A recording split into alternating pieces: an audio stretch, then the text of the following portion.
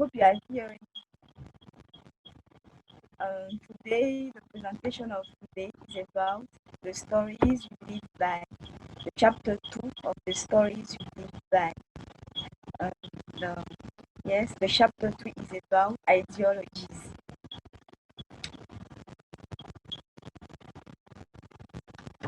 Ideologies, in the sense of the term used in this course, are stories shared by specific groups. Ideology is a story of how the world is and should be, which is shared by members of a group.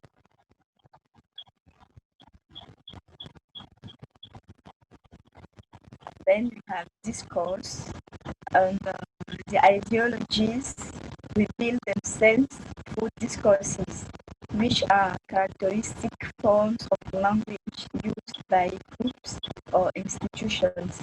And press describes how discourses construct meaning about words from an institutional position and are meaning resources available in society to make sense of the world, social and natural. The type of institution he has in mind includes education, medicine, science, law, schools of art, and writing, the church, and less tangibly institutions such as the family. All these institutions have their own characteristic way of using language and visual images which he used to reveal their underlying ideologies.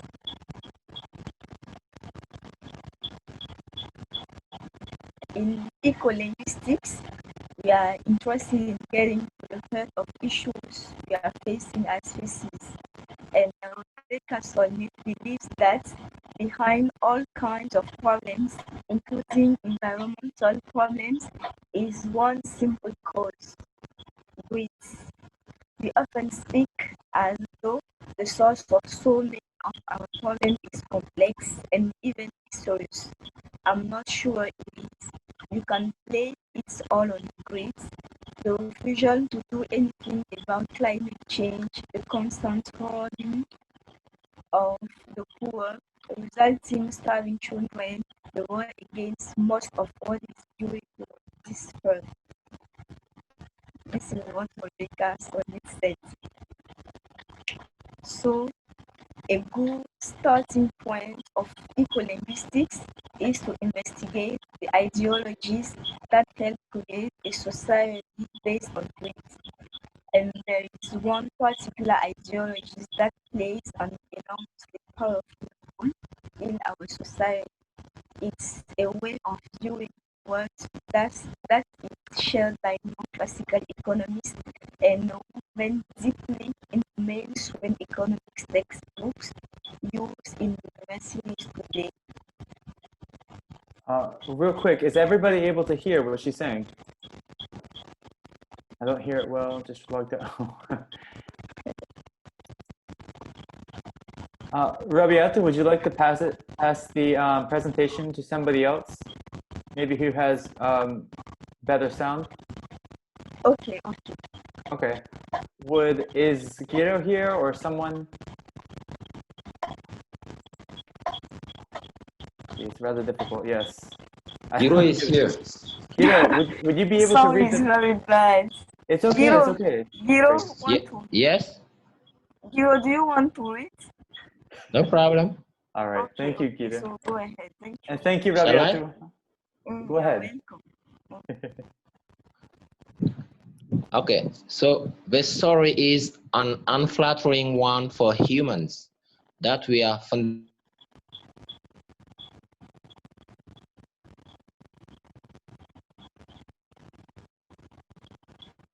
What happened? I can't hear. I think we might have lost Guido. Okay. So here, if in any case, I can present until until Guido comes back. Okay. Can everyone hear me? Yes. Yeah, I can. Oh, Guido. Okay. Would you like to continue reading, Guido? Yeah, no problem. Okay. Cool. Thank you. So, these economists have a distinctive way of writing. which conveys the underlying story, which we can see in the textbooks. This is the discourse of neoclassical economics. And the ideology has an impact on the world as we build systems that are centered around greed and competition for wealth. What is the discourse of neoclassical economics? Functionalization. The discourse of neoclassical economics begins by dividing the world into certain types of people. There are consumers, workers, investors, owners, and so on. This is called functionalization because it's defining people in terms of their function. And the function of the consumer is just to fulfill their desires through buying products. They are not well-rounded, generous individuals who find well-being by spending time in nature or helping others. They just buy things. Raymond Williams describes the consumer as a very specialized variety of human being with no brain, no eyes, no senses, but who can gulp. Now let's continue with the assumptions.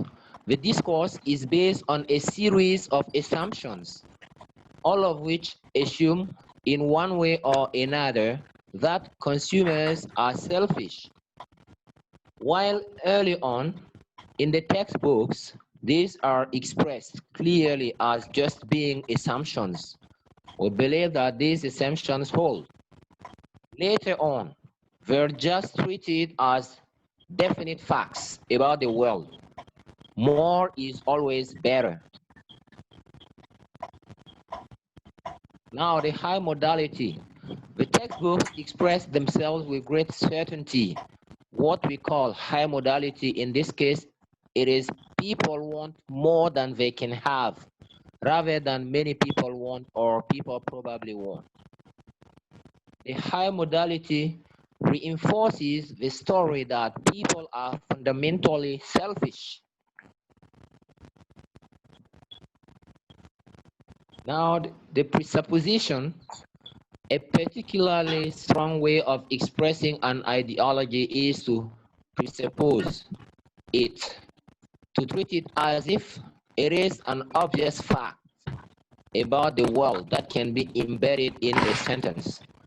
In these examples, it is just taken for granted that the goal of owners is obviously making as much profit as possible, rather than providing something useful, looking after workers, customers, or the environment.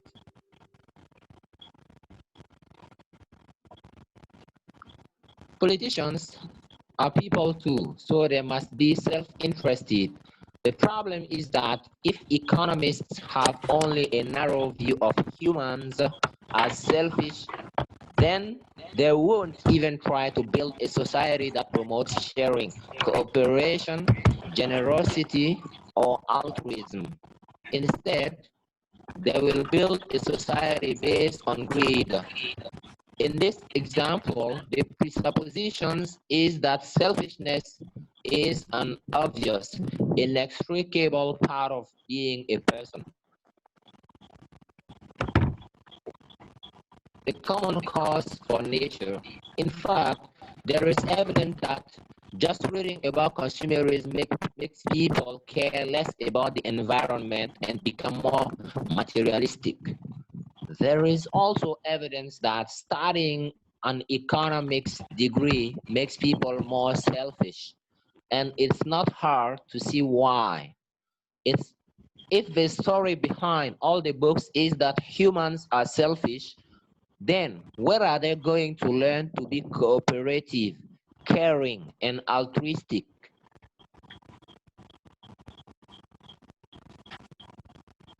Deconstructive discourse.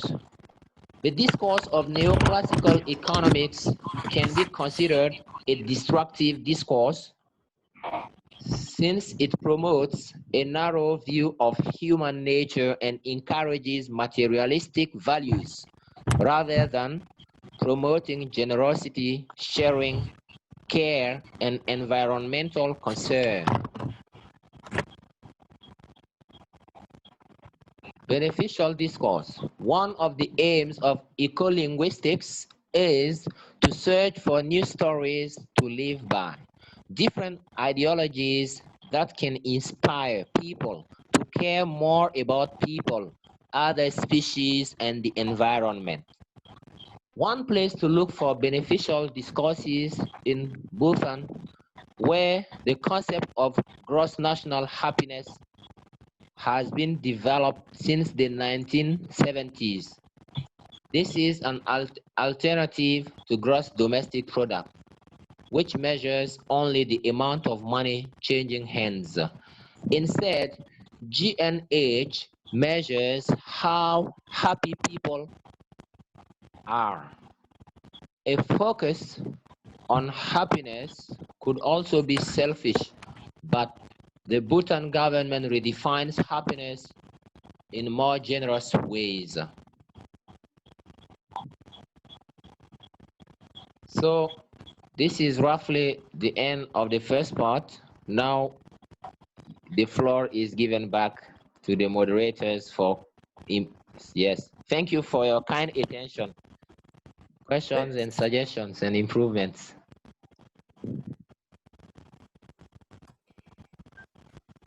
Well, thank you. That was a very thought-provoking presentation.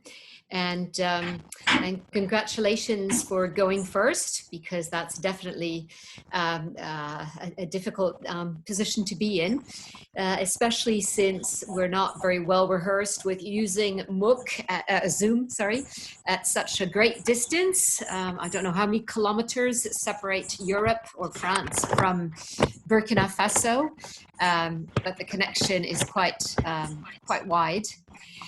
So yes, does anybody have questions before we move on to exercises and activities?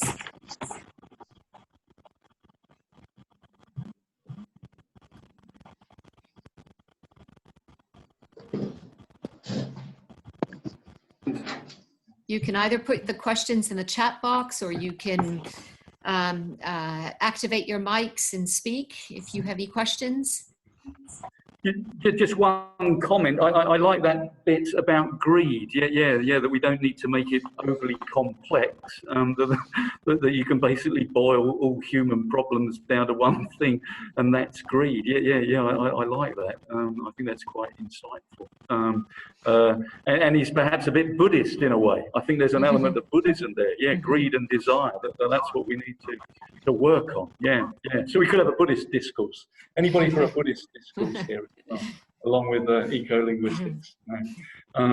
Right, yeah, that's my reflection. I thought that was good. I like that. I also like the slide which explains about us thinking in terms of categories of people. We think of the consumers, the producers, and we tend to pigeonhole people and put them in these various categories. And workers, investors, owners, yes, that's what you have here, this functionalization, which is very damaging to, fairness. Once you get used to these categories and you think it's obvious that some people get to consume and some people get to have to produce, so to speak. Once you get used to these kinds of categories, you forget to question the fairness of certain situations. Plus, it's also designed probably to push you towards consumption and thinking that consumption equals happiness. That once you can consume goods, then you'll be all the happier for it, which is certainly not the case. So that's another thought-provoking slide. Does anybody want to? Yeah. I like the quotation at the bottom. Yeah, the a consumer is a very specialised variety of human being with no brain, no eyes, no senses, but who can gulp. Yeah, yeah, that's a wonderful definition of a consumer.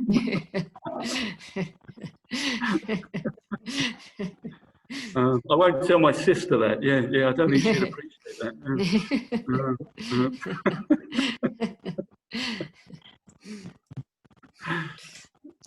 Yep. Does anybody else want to come back on one of the slides? Should we scroll down the slides very gently and see if somebody wants to jump in and make a comment? Before someone makes a comment, I told this to the group, to my group already, but I really like how they ended it with, they started off with destructive discourse. They talked about the negative and how the way that we talk, the way that we think is based on has a materialistic foundation. And then right before they ended, beneficial discourse. It's like a happy ending. Like, this is what could happen. It leaves people thinking. I thought it was very, very nice way to end the presentation. I'm very proud of them. Yes, definitely. Yeah. Mm-hmm. I'm also proud of the way they rebuilt the slides, because one of my recommendations was to say, just download the slides from the Stories We Live By website and just go through the slides in the same way. What's his name? Aaron Stibbe goes through his presentations.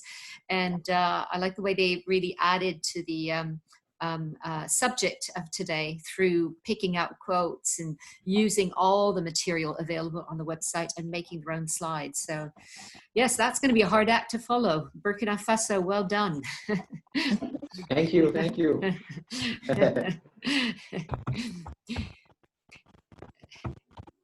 Okay, should we carry on scrolling down gently? And if any one of you wants to make a comment concerning these different slides and quotes, go ahead and jump in.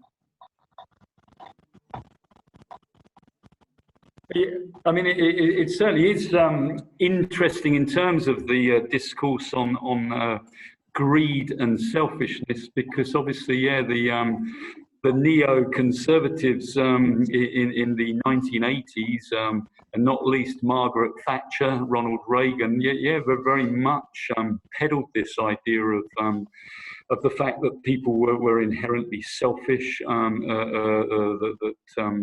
Obviously, Margaret Thatcher famously said that there was no such thing as society, that they were just individuals with their own self-interests. So yeah, fascinating. And obviously a lot of people bought into that ideology. A lot of people bought into Thatcherism and were persuaded, yeah, that that's the way we are. We are naturally selfish and naturally greedy, and that systems that promoted that were almost by definition a good thing. And you would hear much about national wealth. Yeah, that the UK was getting wealthier, but obviously what that disguised was that there were a whole load of people at the bottom who were getting poorer. And the gap between those rich people and poor people was growing all the time.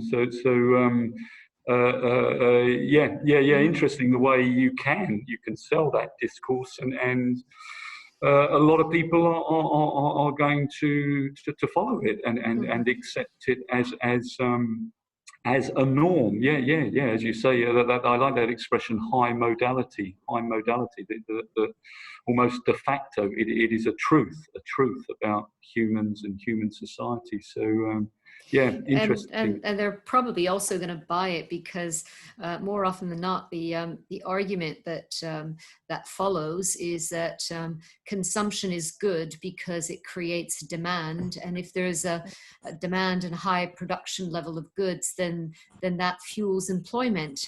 So that there's a biased kind of discourse, or the underlying discourse is that if you're consuming, you're encouraging production and you're defending employment, which is not true. I mean, it's not, I mean, defending employment can occur in other ways of going about it. You don't have to, push consumers to consume immoderately. And the whole question of employment is a separate issue. And and in economic discourse, the two are often put side by side, and that's slightly biased. Yeah, well, that was certainly the case during the Thatcher years, that you'd hear this expression, the trickle-down effect. You've Sorry, probably seen couldn't hear you. The what effect? The trickle-down effect. Yeah. I don't know if you've ever seen that when they do that at a wedding, when they pour the champagne on top of a tower of glasses, and it gradually overflows and it all trickles down to the glasses at the bottom. Well, yeah, I think this was a sweetener or a softener of Thatcherism. That if the economy expands, if the UK economy becomes wealthier, that then has a trickle-down effect, and that wealth trickles down to those at the bottom. Yeah, very good. Somebody's found the trickle-down effect. Yes. They're very good. Yeah, you can see in the bottom left-hand corner there are the champagne glasses. So that was promoted as a benefit of this type of system. Economic system, and certainly the older people amongst us today perhaps remember the film Wall Street, that's a famous quotation from the film Wall Street when he says, "Greed is good, greed works," that line was much quoted after that when Michael Douglas said, "Greed is good, greed works," and I suppose we've been following that kind of economic system ever since the 1980s, but it's falling apart a bit now, isn't it? It's falling apart now. But yeah, thank you, whoever that was who got the champagne glasses. Well done. Yeah, trickle down economics. Super. Thank you, Brendan.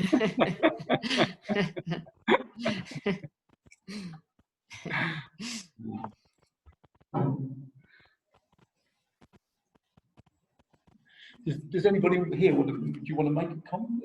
Anybody have any questions or comments you want to make?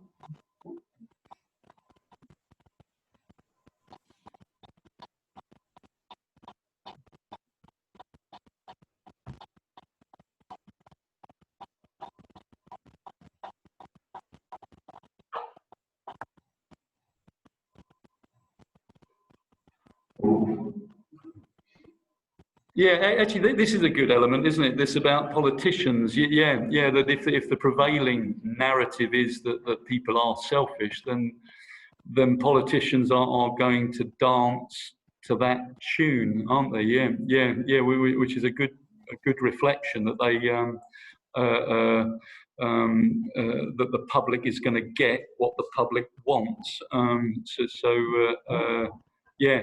That's also a good reflection, isn't it? That politicians are part of the narrative, and therefore will deliver on this idea that we are essentially self-interested and selfish.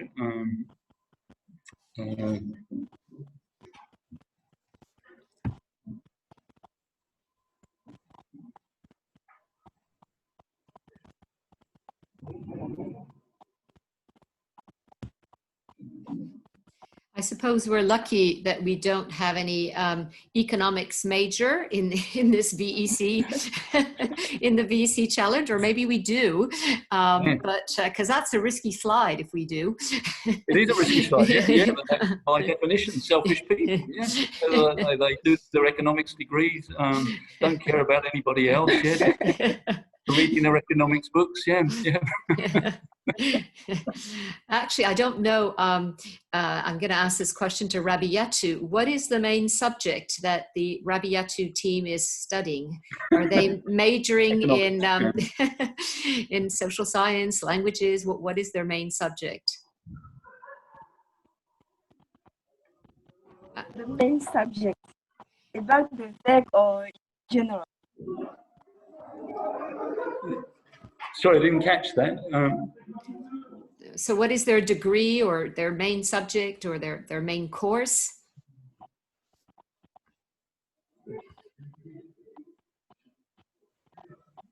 Rabiatu, I've lost you. From what I heard, it was something more general. It wasn't a a specific subject, Oh, more okay. general. Is that correct? Right, we've lost her, but we'll ask her at some other point. Giro, Burema Giro raised his hand. Maybe you want to answer that question if your mic is functioning. I want to answer. Yeah, I would like to answer your question. Mm-hmm. Go ahead. Yeah, you would like to know, yeah, the major we're studying like in Burkina here. Yes, sorry. exactly. I'm Yeah, not. in fact, yeah. Yeah, you were rephrasing the question, right? Okay. Yeah, I just want to answer the question you asked, Flavia, too. Mm-hmm. Yeah, Yes. we are all from the English studies department. So we all studied English, and after the BA, some are pursuing their studies in English too, and some are in the translation department. Okay, right. Good. Thank you. Yeah. So now we have a clearer picture of what you're studying. Well, ecolinguistics is a subfield of English, so you're right. Yeah, you're in your discipline, your discipline area.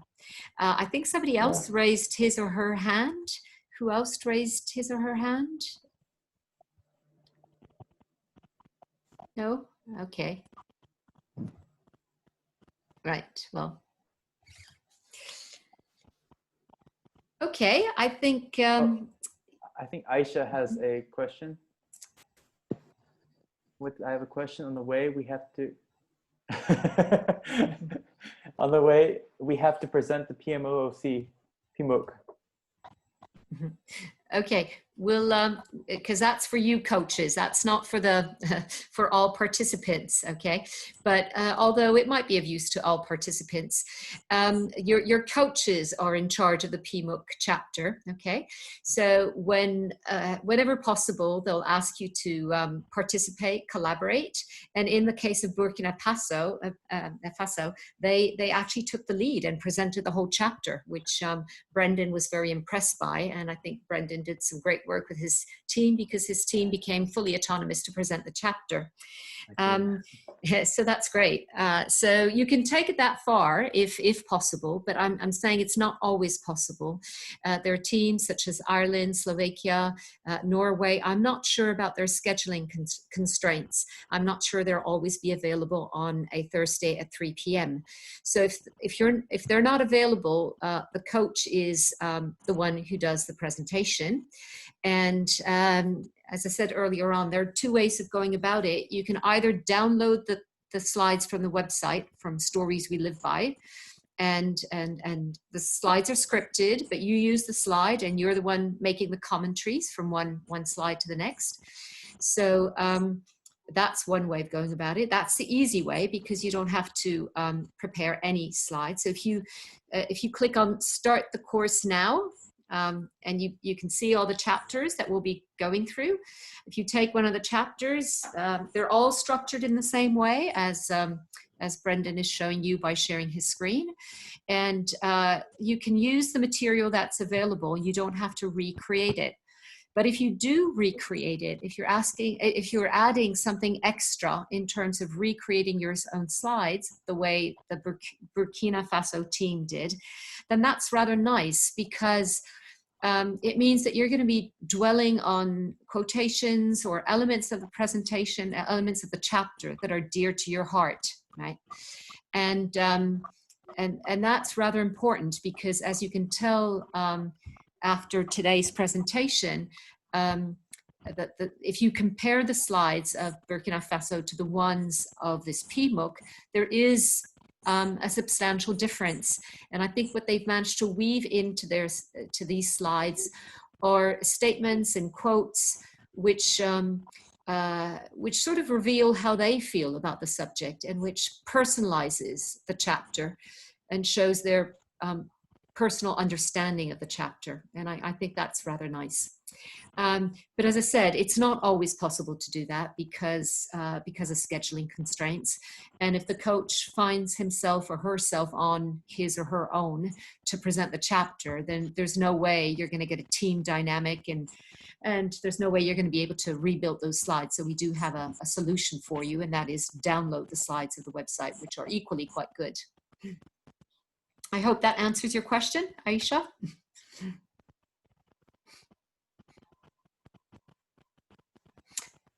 Okay.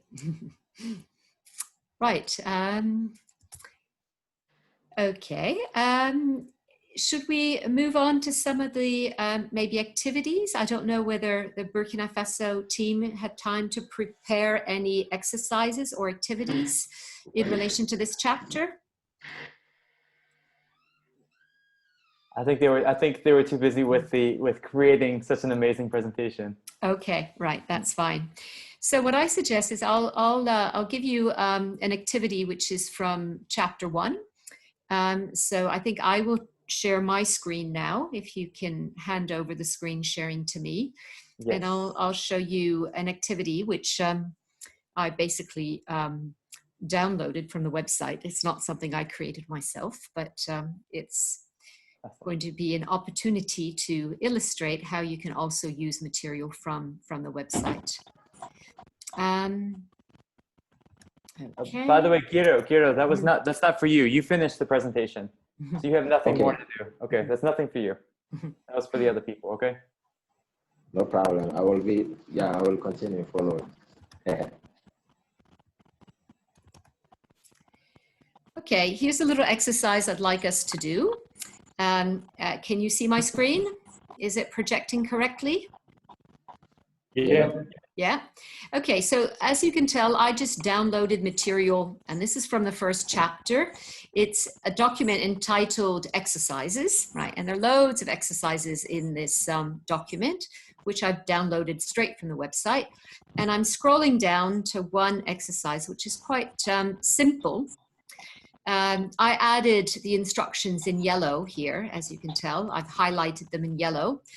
And my question is, we're going to be running through these various statements, and I'm going to be asking you what statements you agree with, and we're going to be discussing the statements.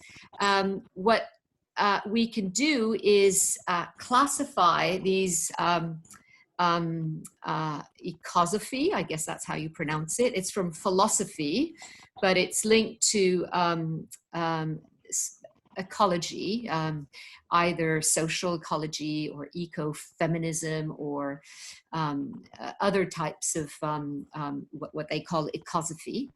And we will look at these statements. They're summarized, or the field is summarized on the left-hand corner, and then we have a quote which actually illustrates the whole philosophy in question. And then we can categorize them or discuss whether we go along with these things or whether we contest them, basically. So let's start with the first one. Does anybody want to read the first one, the first statement and the category? Does anyone want to take the mic and read? Do you want me to read it? Okay, yes, yeah. Go ahead, Spencer. Cornucopianism. That's difficult to say. Yeah, I won't say that twice. Well, that's why I got you to say it. You know, better you than me. Human ingenuity and ever-advancing technology will overcome environmental and resources issues. So we must continue with and accelerate industrial progress for the sake of human and only human benefit. Do we agree? Yeah, so that's what we want to do this, everybody. Yeah, to mark off whether you agree with these statements. No, I don't agree with that. No. Load of rubbish. Yes, can you put in the chat box whether you agree or not? Who agrees with that?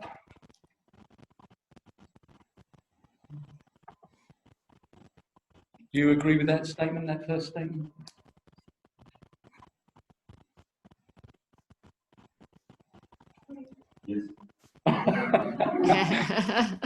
Yeah, well, there's Discord here. Yeah. I don't agree, but I think some in the audience do agree. Actually, yeah. How many of you agree with that first statement? Cornucopianism.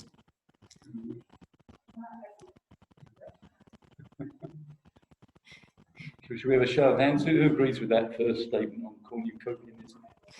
And do you know why it's called cornucopianism? Which is a bit of a mouthful. Yeah. I haven't got the first idea.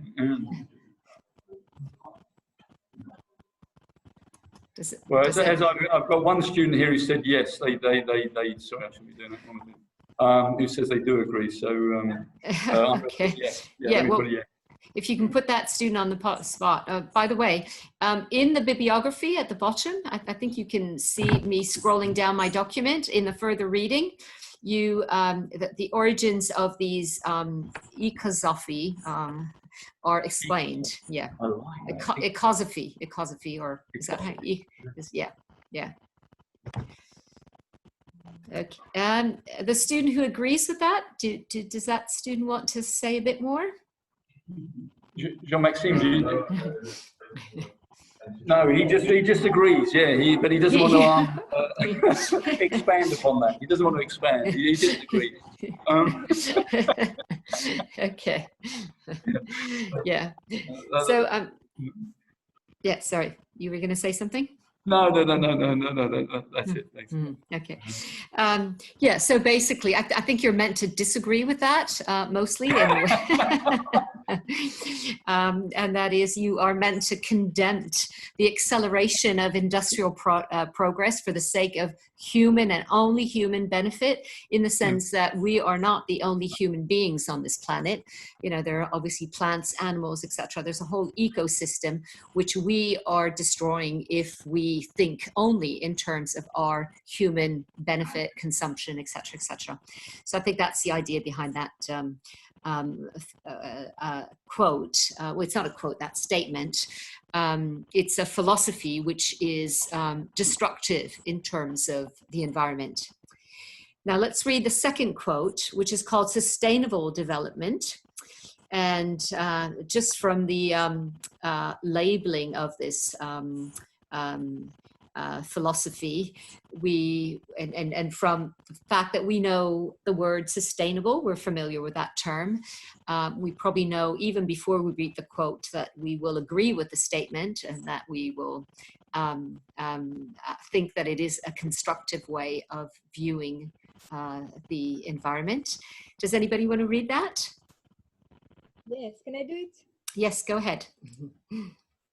Sustainable development. We must combine economic growth with protecting environmental resources to meet the needs of the present without compromising the ability of future generations to meet their needs. That's right.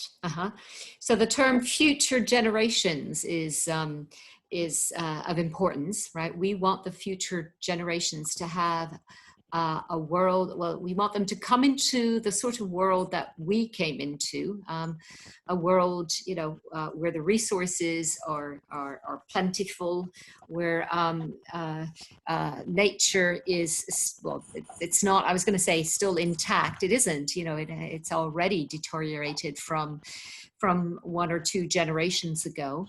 But we want to prevent it from deteriorating further, and we want to pass it on to the next generations and protect the environment for the sake of future generations. Okay, should we move on to the third statement? Does anybody want to read the third statement? And by the way, thank you to the volunteers. It's always nice when somebody agrees to read a quote.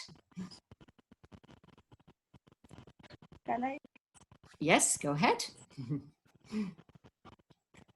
Go ahead. We must build a more equal world and distribute resources from rich to poor so that everyone can benefit as industrial economies contract to stay in environmental limits. Right. So what is one of the keywords in this quote? What keywords would you underline in this quote?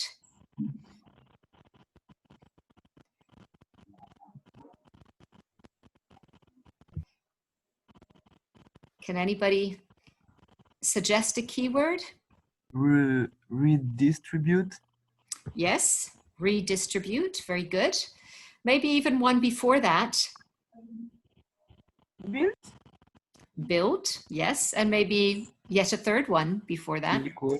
Yeah, equal. Yeah. Equal. Mm-hmm. Yep. So we've got 3 important words in that first line. Mm-hmm. And I think these are 3 key words. Yeah, definitely.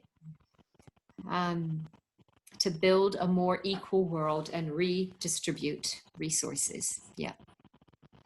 Okay. Do you find this approach constructive? Again, I think you probably know what you're meant to say. I think you're leading the narrative, actually. Yeah. I'm leading this narrative. You're leading the stories that we live by now.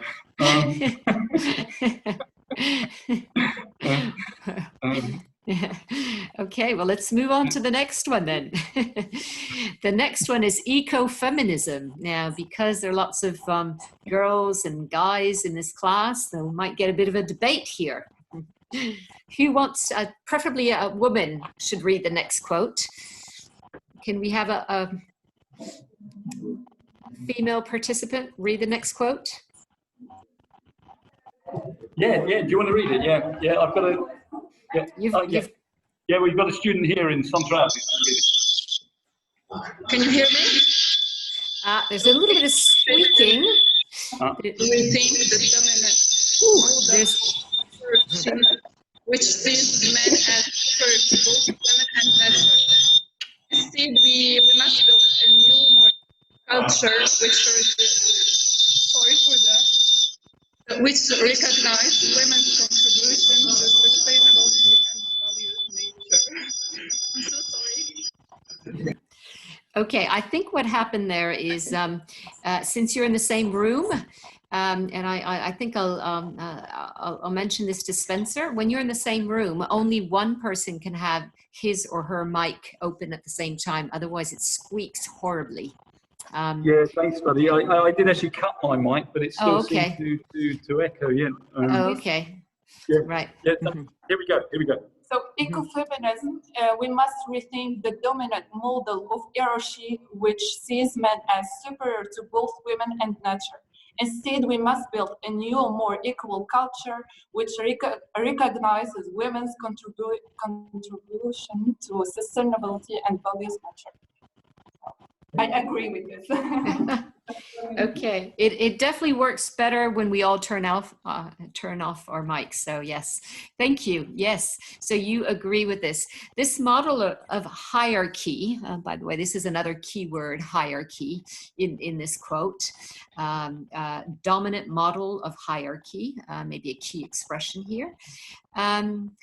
How many of you feel that there is still a dominant model of hierarchy which sees men at the top? Yeah, this is provocative, isn't it? This is provocative. Well, there's certainly a lot of evidence, isn't there? Yeah, in so many fields, isn't there, that men still dominate in terms of positions of power and authority. So I suppose that there's evidence in that respect. I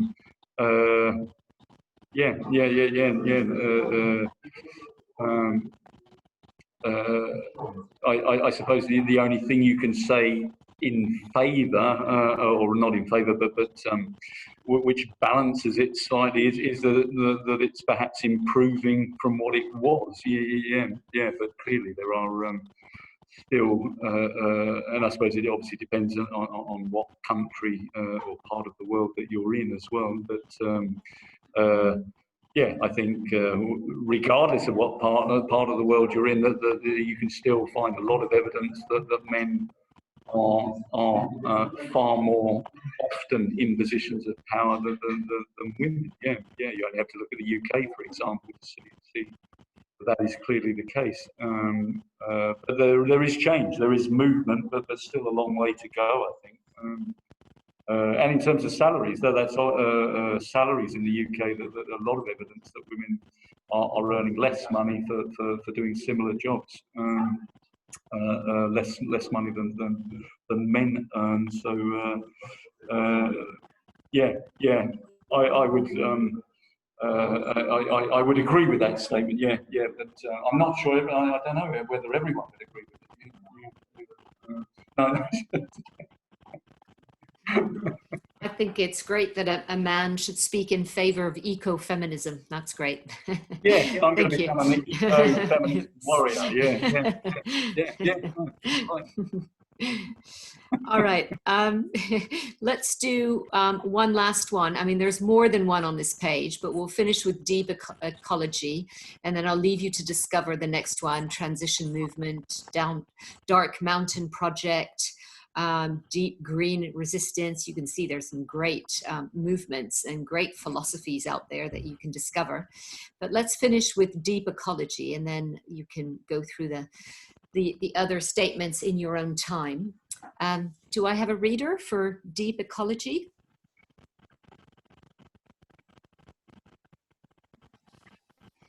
A male reader, since we had a female reader last time?